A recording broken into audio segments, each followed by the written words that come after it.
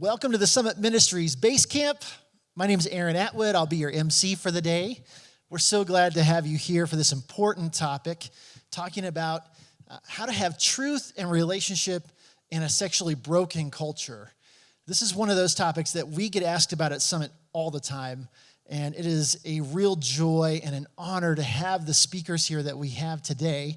We have a live audience in front of us of about 170 people, and we have over 2,000 people registered to watch online. This is one of the biggest events Summit has ever done, so you can tell this topic is so important. So I want to just welcome you and just say that we have been praying for this event day and night for the last several weeks, that what is said here would be not only truthful, of course, but also effective for you and your ministries. We have a spectrum of people here from parents and grandparents to teachers and pastors and youth pastors and volunteers and ministry leaders.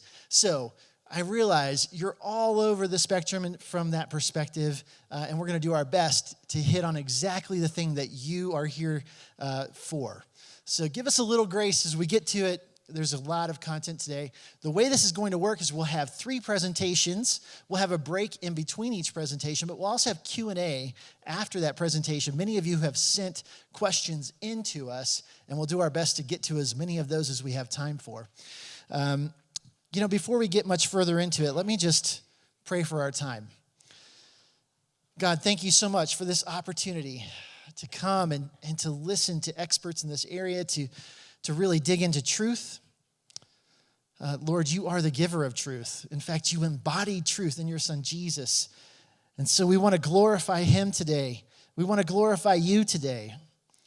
Father, this is one of those topics that's so hard, and I just pray that you would forgive us for times that we've mishandled this issue. Lord, help us to do better. Help us to find a really great path forward where we love with compassion and we also bring truth with conviction. Father, I just give this day to you and surrender it to you in the powerful and mighty name of Jesus. Amen. So it is with that I get to introduce our first speaker. I'm going to read you his bio because if I get off track, it'll get into all these weird stories about John. So John serves as the president of the Colson Center for Christian Worldview. He's a sought-after author and speaker on areas of faith, culture, theology, worldview, education, and apologetics. John's the daily voice of Breakpoint, a nationally syndicated commentary on the culture founded by the late Chuck Colson. He's also the voice of The Point, a daily 1-minute radio feature on worldview, apologetics, and cultural issues. Before coming to the Colson Center in 2010, John served various leadership capacities with Summit and was the biblical studies faculty at Bryan College. John's co-authored several books, 2 of which I want to point out are on sale here and in our online bookstore. Same-Sex Marriage, which he co-authored with Sean McDowell, and A Practical Guide to Culture, which he co-authored with Brett Kunkel. I would encourage you, I would highly encourage you, I would twist your arm, I would entreat you, get John's stuff. Register for, sign up to get Breakpoint in your inbox. It is the way I start almost every single day. John has 4 kids, and he and his wife, Sarah, live here in Colorado Springs. John, thank you so much for being here. Would you please welcome with me John Stonestreet? Thanks, Aaron. Well, good afternoon. It's great to be with all of you live and great to be with all of you like really live. So good to see all of you. My job is to kind of set the stage. And here's what I mean. I know a lot of us are here because these issues that all are represented in those letters, the L, the G, the B, the T, and now the Q and the I and the A, and it keeps on kind of going. All of those issues are not just issues for us. They're for a lot of us. They're friends. They're family members. They're church, people that have visited our church, maybe our neighbors, and so on. And these are issues that have come into the public spotlight in a hurry. Is anybody else kind of dizzy by the speed at which things went from being unthinkable to unquestionable, like overnight? And so that's why we're here, because we want to know how to think about these things. We want to know how to talk about these things. We want to know how to reflect about these things. My job, though, is to help you know something about those issues, is that those issues aren't happening in a vacuum. They're happening in a cultural context. And there's something about our cultural context that makes the ideas that are taking many of us by surprise about the L, the G, the B, and the T, there's a reason that those ideas are sticky. And what I mean by that is that they're sticking in our cultural moment and not in another cultural moment. Does that make sense? Listen, same-sex erotic activity is not new to the late 20th, early 21st century. It's been around in every cultural context that we know of. Why is it that that same behavior and those same activities are now kind of changing how we think about life in the world, changing how we think about who we are? Why is it that we're rewriting laws around these certain ideas? Does that make sense? We now live in a time where those ideas are stickier than before. And the reason is that we live in a cultural moment. Now, let me give you a couple kind of framing punchlines. Hopefully that'll help us as we go forward and talk about these issues. Here's the first thing. It's something that if you've been around Summit Ministries, you've heard this line. If you listen to what we do on Breakpoint at the Colson Center every single day, you've heard this line. If you've read books on worldview, you've heard this line. In fact, I imagine you can fill in the blanks. Ideas have consequences. Ideas have consequences. What we mean by that is ideas aren't just things that are disembodied concepts in a book or in a philosophy class. Ideas have feet, they have hands, they walk out into the real world and they make a difference in real people's lives. And so that's why we at the Colson Center kind of add chapter 2 to that. Ideas have consequences, bad ideas have victims. Bad ideas have victims. The thing about ideas is not just that they're right and wrong, is that they're right and wrong and create a life. They lead us to decisions. They lead us to make choices over here versus over here. And then that actually can create a situation where we're the victims of our own bad ideas. All right?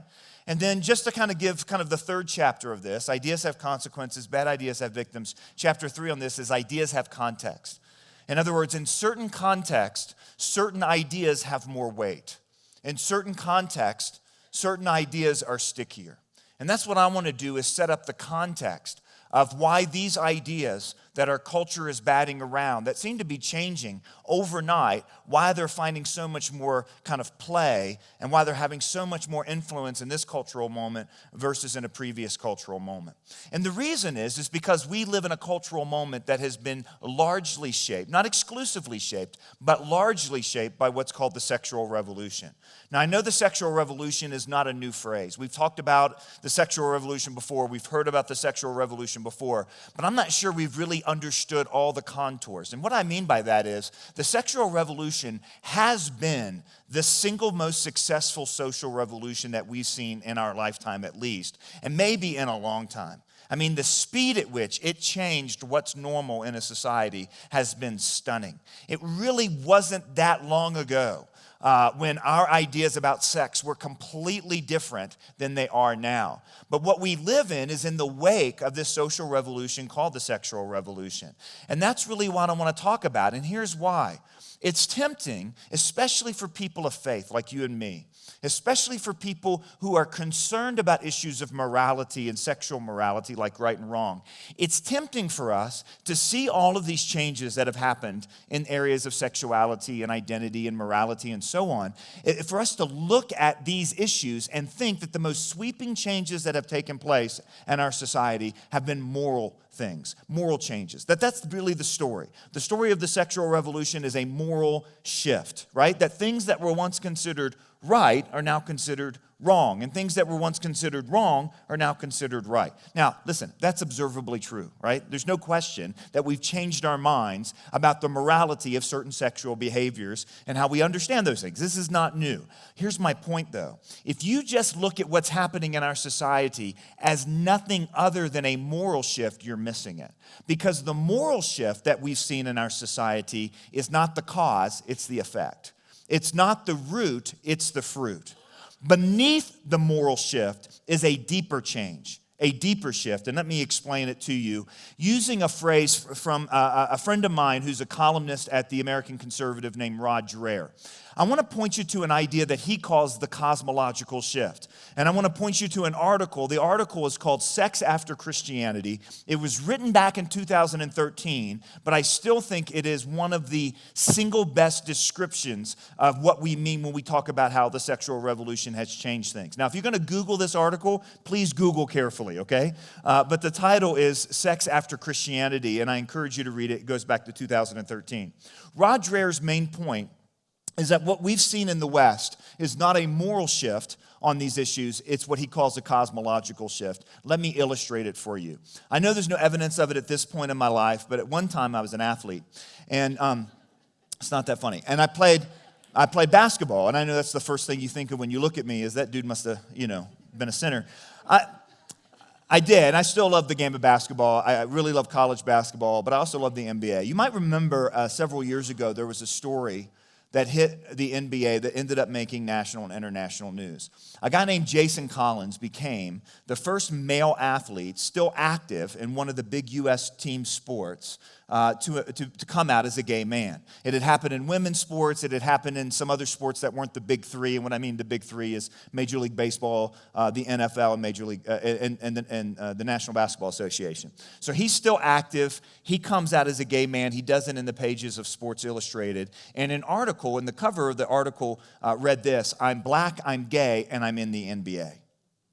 Now, this was a nationwide story, and I remember being traveling, speaking somewhere when this hit, and I went back to my hotel room because I wanted to see what people were talking about it, what they were saying. And in the pages of the article, he talks about living with this same-sex attraction. He talked about living in it, and he actually even said not only that he was a gay man, but that he was a Christian, and that as a Christian, he believed that Jesus loved everyone and created him this way, and so therefore, God didn't have any problems with his lifestyle and that sort of thing. Now, look, I've been around enough locker rooms to know that probably was that took some courage for him to come out in those pages. It wasn't clear where the culture stood, especially kind of the sports culture stood at this time on these issues. If Jason Collins was expecting negative backlash, though, he didn't really get it. What he got was an awful lot of support.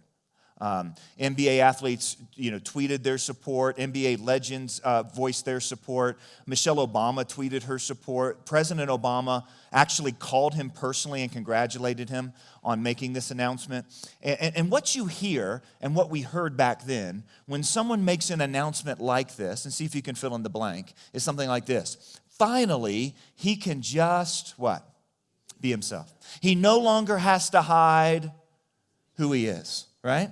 Now, I went back to my hotel room when I saw that story break, and I turned on ESPN, and the show that I happened to be watching was called Outside the Lines, which deals with controversial sports issues, and they were talking about the Jason Collins story. And they were interviewing one of my favorite NBA analysts, a guy named Chris Broussard, and they were asking Chris about all these questions that were legitimate questions about this story, like, is this going to change the NBA? Are more players going to feel comfortable to come out as gay? Will teams not sign Jason Collins because they're not ready for this? And all of these legitimate basketball-related questions. But then in the middle of it, the host of the show asked Chris Broussard, "Hey, Chris, you're a Christian too, aren't you? As a Christian, what do you think not only about Jason Collins' announcement that he's gay, but that he's a gay Christian? Do you think that's okay, Chris? Can you be a gay Christian, Chris?" On national television. And all God's people said, awkward, right? I mean, how do you answer a question like that? Well, Chris was clearly unprepared for the question, but he did pretty well. He said, as a Christian, I believe that God created sex to be in the context of marriage between a man and a woman, and anything outside of that, heterosexual or homosexual, would be sin. How do you think that went over? Oh, I mean, they called for his firing. They called for his resignation. They called for his public execution, and what you constantly heard is Chris was told, wait a minute, you have to keep views like that, what? To yourself. You can't say that out loud. You have to keep that view to yourself. And of course, they accused him of being a hater on Jason Collins, which is kind of interesting because if you looked at what he said, I'm pretty sure he condemned the sexual behavior of the entire NBA with that statement. Now you say, John, what does all this have to do with the cosmological shift? What's all this have to do with the sexual revolution? If we can kind of give you a big kind of 30,000-foot view that Rod does in this article, I think, really well. One of the distinctives of Western civilization, which is saying a lot because Western civilization is the creation of all kinds of different influences. Secular influences from the Enlightenment, certainly classical, Greco, and Roman sorts of influences, certainly Christian and Judeo influences. But there was all kinds of disagreement about what is true and whether there was a God or not and all these big questions. But one of the things that Western civilization had in common all the way through was its unique vision of what it means to be human. Right? In other words, it understood, as Rod says, and follow this, that people are fundamentally metaphysical creatures. Now, that's a big word, but what we mean by that is that to be human is to be the sort of creature who asks these big metaphysical questions about life in the world. Is there a God? Is there truth? How do we know? Who makes the rules? Where's history headed? What's right and wrong? That sort of thing.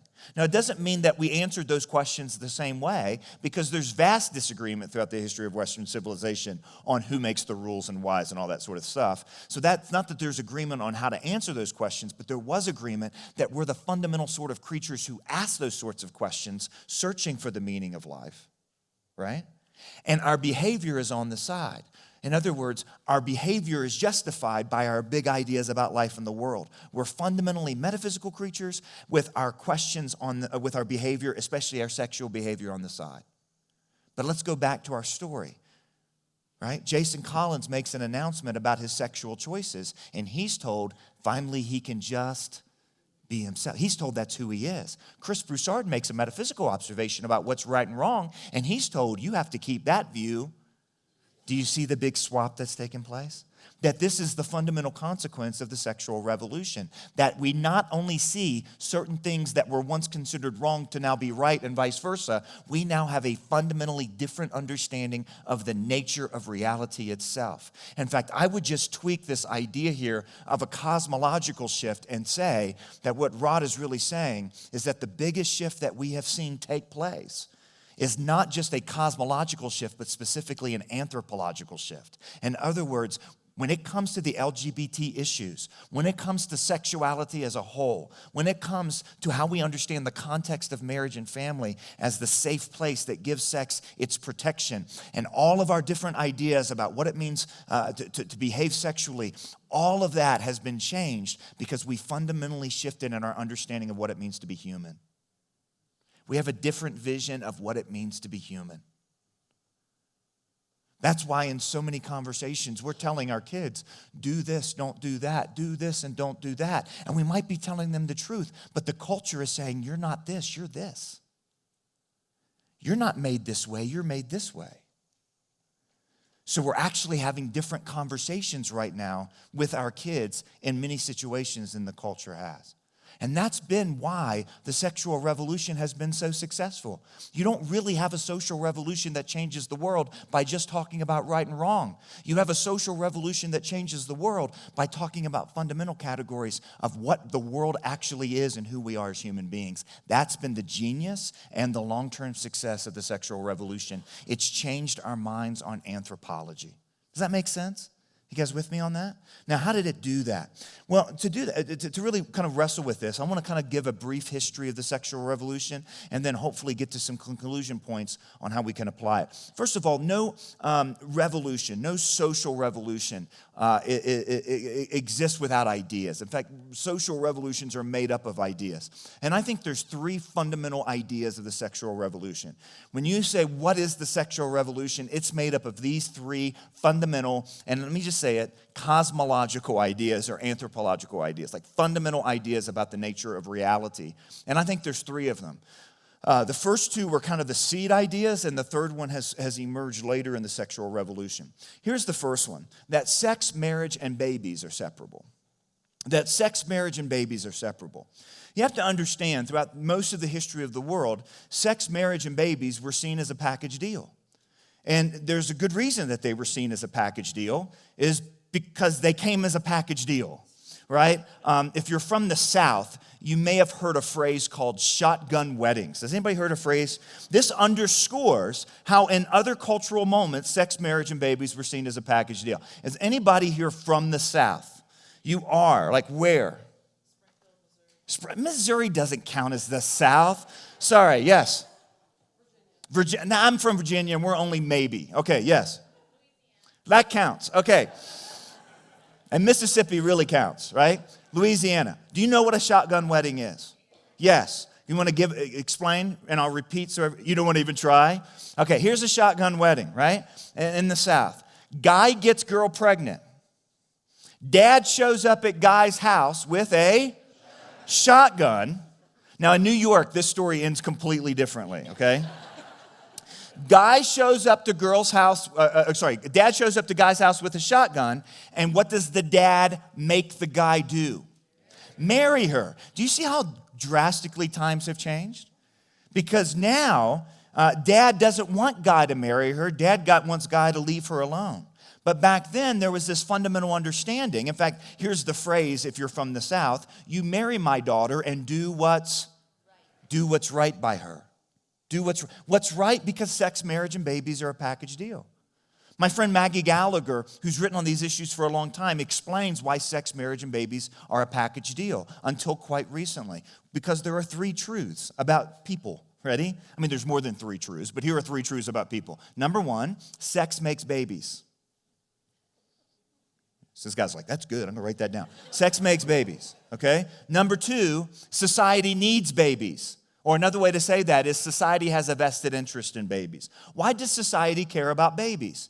Because I have bad news, the mortality rate is 100%. Everyone dies. And if everyone dies, if you want to keep your civilization going, you have to what?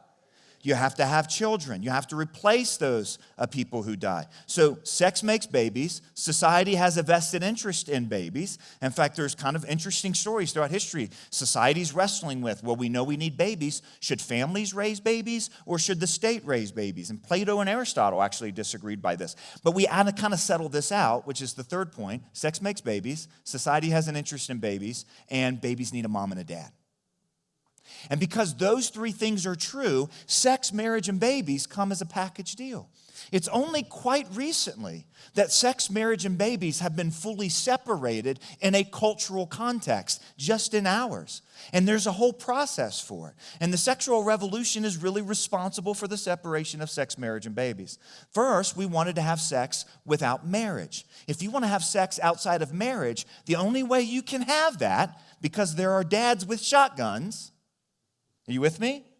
The only way to have sex without marriage is to be able to have sex without babies. So first we wanted sex without marriage. In order to have sex without marriage, we had to have sex without babies, right? Then we wanted to have babies without marriage. I don't know if some of you would look old enough here to remember the most ridiculous exchange in American political history, which is saying a lot, isn't it? Right? Do you remember Dan Quayle saying to Murphy Brown, who didn't actually exist in real life? Murphy Brown was a sitcom character, a single-driven woman who wanted to have a child, and so she went through that process of artificial insemination on the show, and Dan Quayle actually spoke out and said, this is actually not a good idea to plan to have children outside of wedlock, and he got absolutely roasted. And then Murphy Brown really responded on air. So we had this moment in U.S. history where a real-life political candidate was fighting someone who didn't actually exist in real life, and it probably cost him the election. Either that or he couldn't spell potato. One of the two. All right? Come on, that's funny. What's wrong with you guys?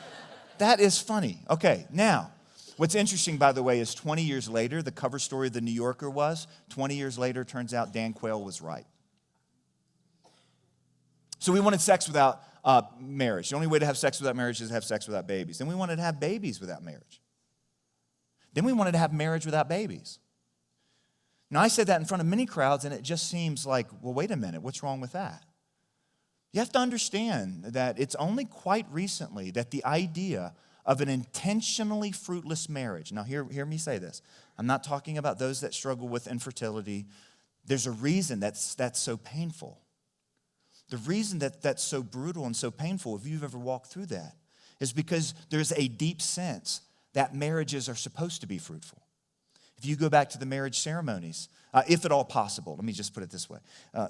You go back to the early marriage ceremonies, and it's somewhere between, God, please bless this couple with children, to couples, go have some babies. I mean, that's how the liturgy reads. in a lot of these ceremonies. It's only quite recent that the idea of marriage without babies intentionally is a thing. So we wanted to have sex without marriage. The only way to have sex without marriage is to have sex without babies. Then we want to have babies without sex. Then we want to have babies without marriage. And we want to have marriage without babies. Now we've reached a whole new category where we want to have babies without sex.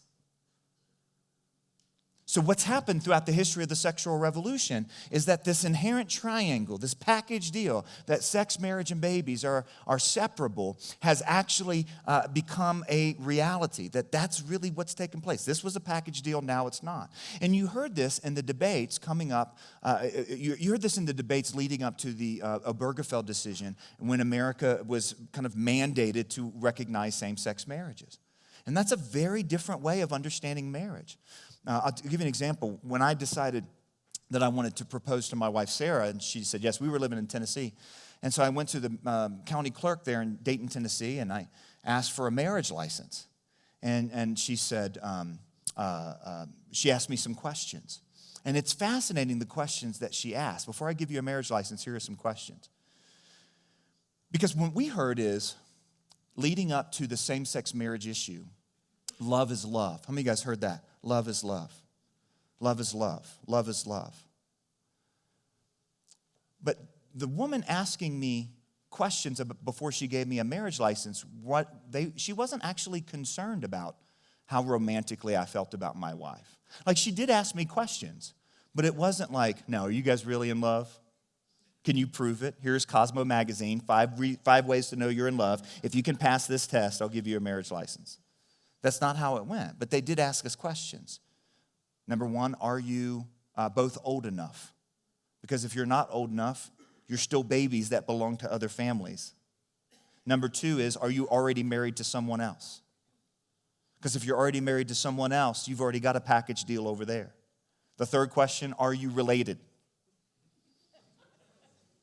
Now, why did they ask that question? Because we're in Tennessee.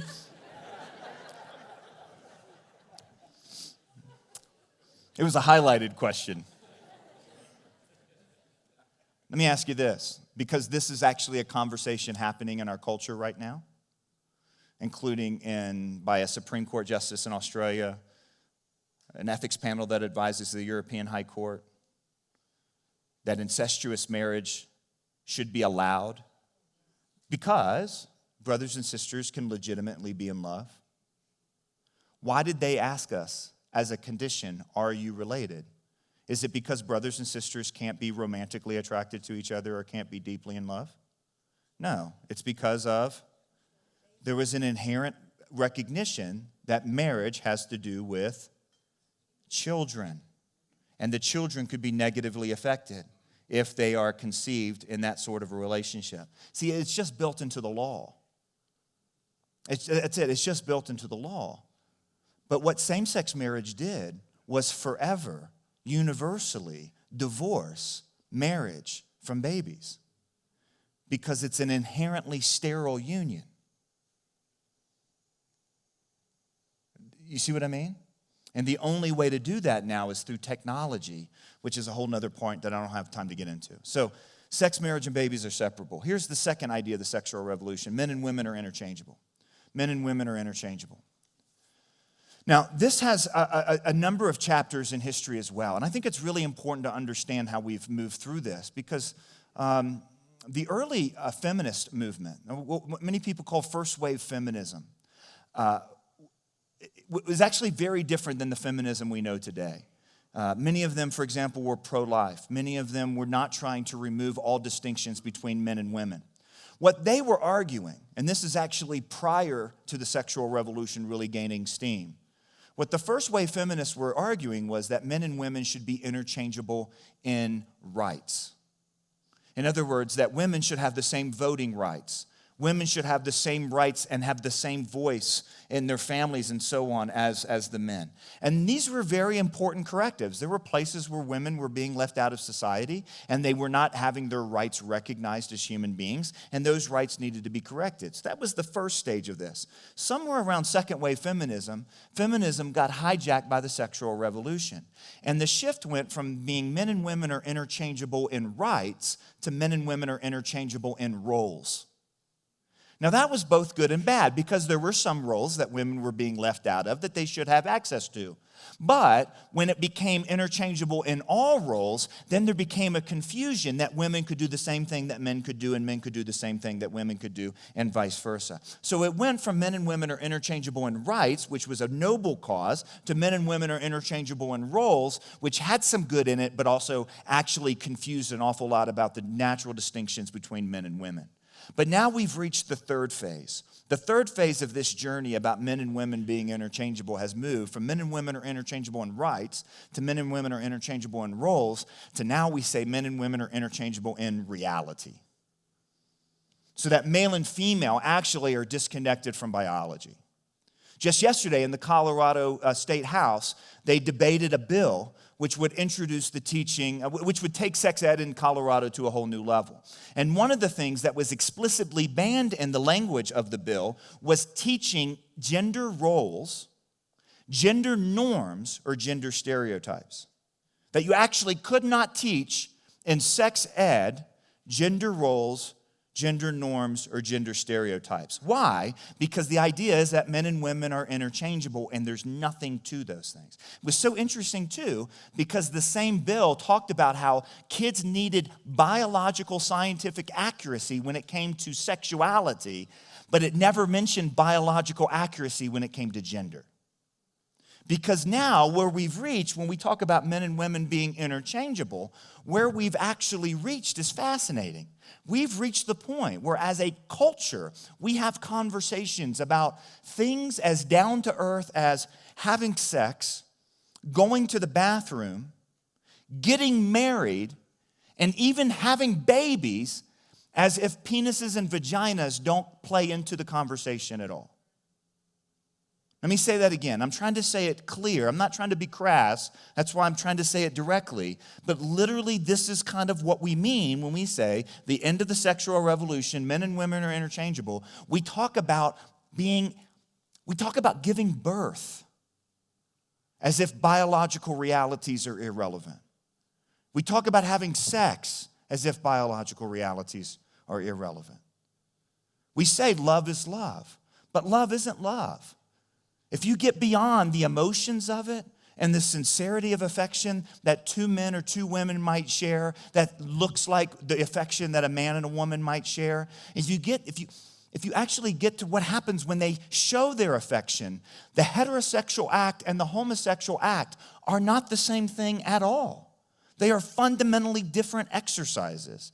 One actually is a procreative act. One actually kicks off the process of procreation. The other is inherently sterile. They are fundamental. One could say that two men and two women actually can't have sex in the same way that a man and a woman can have it. This is biology. This is not, bigotry. This is not saying that they're less than or even that. I'm not even talking about the morality of the act right now, although we could. I'm just saying that it's observably true that they're not the same act. But this is the idea of the sexual revolution. That sex, marriage, and babies are separable, and that men and women are interchangeable. Here's the third one, the third idea. And this is really where we've come, which makes the conversations about the L and the G and the B and the T so difficult, which is so good why we have Caleb and Chris here, because these guys have really brought a lot of clarity to these issues. And I'm glad to be able to frame it and then hand off all the hard questions to them, okay? But the third idea that's really taken root is this, that sexual autonomy and dignity are anonymous. This really gets to the heart of what we mean by that anthropological shift or cosmological shift. Let's go to some of our founding documents, right? Our founders wrote this: "We hold these truths to be self-evident that all men are created equal. Now, I'm not saying that they lived out this idea well. I'm not saying that they, played this idea well, but this was actually an idea that was unprecedented, that was in our founding documents, that all are created equal. And they actually called it self-evident. Is it self-evident that we're equal? Take a second and look around at each other. Look around. Is it self-evident that we're equal? Look again. Seriously. No, when we look around, what we see is not that we're the same, but that we are what?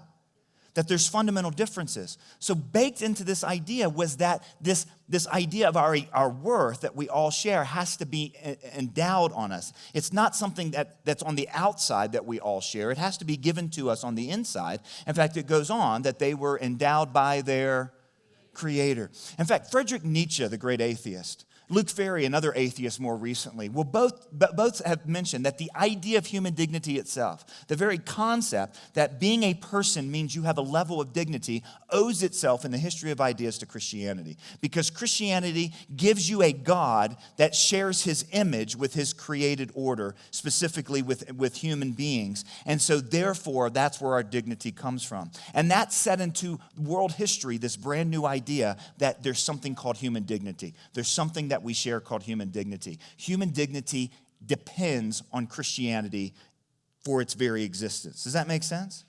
But Christianity gave us a view of the human person.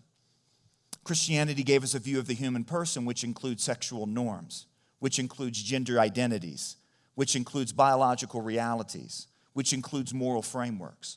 That's what we don't want anymore. So this is the dilemma that a post-sexual revolution culture finds itself in. We want human dignity because that's way better than racism, sexism, or all the other isms that get in the way of human dignity, right? We want to keep human dignity, but we're untethering it from the only thing that ever gave us human dignity in the whole history of the human race. So what do we tether it to? The sexual revolution gives you an answer to that. We untether human dignity from any sense of being designed, any sense from being created, any sense from having our human natures given to us by somebody other than ourselves, and we locate human dignity specifically on sexual autonomy. Everyone gets to self-determine. The problem, of course, with being self-determined is just simply one. What if it's not true? In other words, to have sexual autonomy is to suggest that our sexual natures were not created, they were not designed, they were not given to us, that we actually make them up as we go. But that's like the freedom that you have, and I owe this thought to my friend Warren Smith, who works for us, who's back there. That's like the freedom that you have when you jump out of an airplane without a parachute. It feels really free. And you're like, look at the view. But then there's something called gravity, which is part of something called reality. So sexual autonomy is the same thing. It's pretending we live in a world that's not designed. It's pretending that we ourselves are not designed, that our sexual natures were not given to us, that they are themselves something that we can self-determine and self-create and self-impose on the world. But it's like choosing. You can't choose to step off the roof and then choose not to hit the ground. If we actually have a given nature, if we actually have biological realities, then to pretend as if those things don't exist are going to create a whole lot of problems, especially if we completely rearrange our entire society, including some of the foundational building blocks like family, around an idea that doesn't correspond to reality itself. Does that make sense? Okay. Aaron? Let's give John a big round of applause. Thank you, John. Okay, so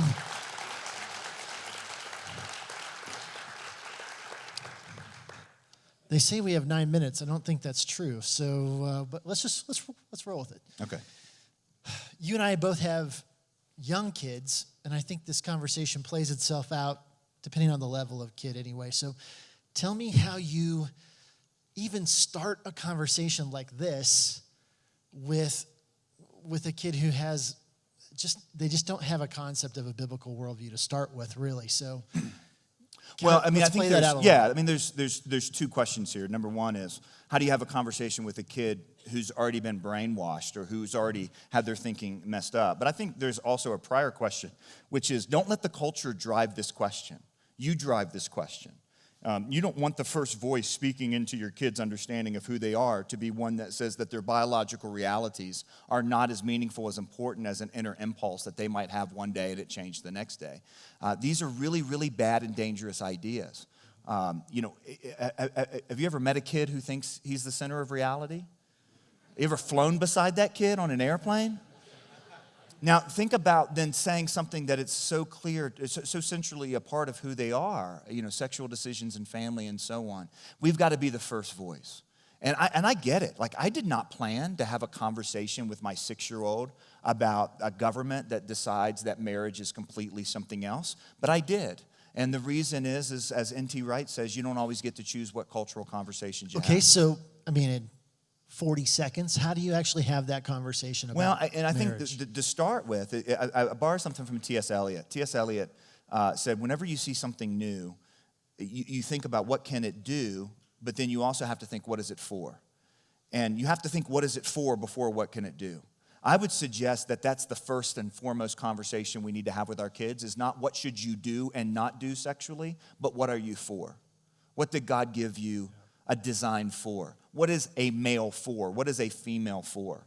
Because again, otherwise, if you just say, don't have sex, don't do this, don't do that, don't do this, don't do that. If all of our conversations about sexuality are about morality and the culture is having a conversation about anthropology, the culture wins because it's taking away the roots. You got to start there. Every one of us can have that kind of conversation, whether we're a teacher, a pastor, a parent, a grandparent. It doesn't matter. We can be having and if those you don't have it, the conversations. culture is going to have it. So Yeah, you exactly. got to have it. And there's a million opportunities for it. I mean, right off the bat, teaching kids, for example, that their bodies are a good thing. When God created humans, he said it's good. So the problem isn't their bodies. The problem is choices that we make with our bodies to do things, right? The problem is not that I have a fist. The problem is if I have a fist and I hit somebody unnecessarily, right? That's the problem. And the same thing's true about sexuality. We got to go back and say, well, what is strength for? Like we say, what is strength for? We say, what is sexuality for? What did God give you the plumbing for? Not just what do you do with the plumbing. Great. Have you seen examples of, you speak all over the world.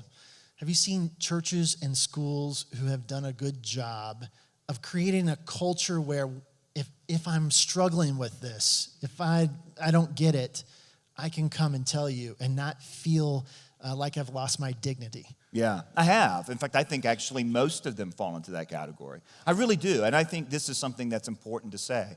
When the state of California was advancing legislation 2 years ago, which would essentially gender integrate Christians, schools or whatever, it would basically remove the ability for Christian institutions to teach what they believed about sexuality.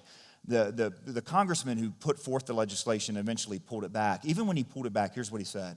He said, we still have to do something about the thousands of students that are being mistreated horribly in these schools.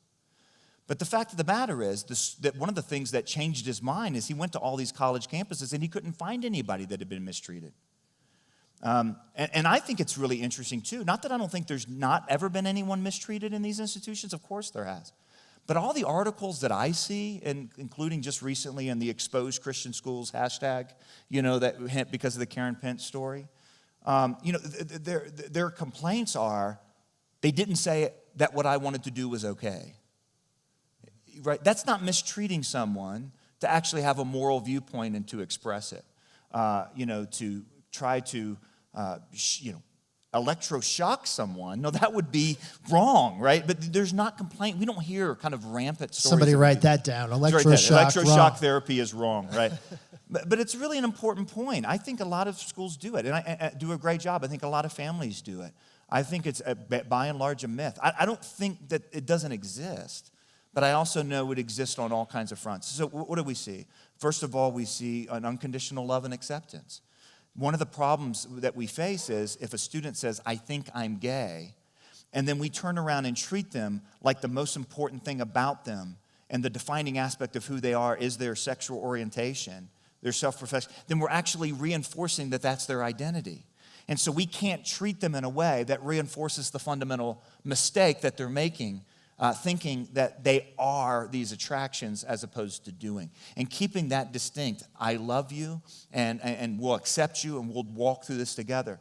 The second thing, and I think you'll hear a lot more about this from Chris, and if you haven't, read Chris Yuan's book, Out of a Far Country, is that it takes time, right? It's a long journey.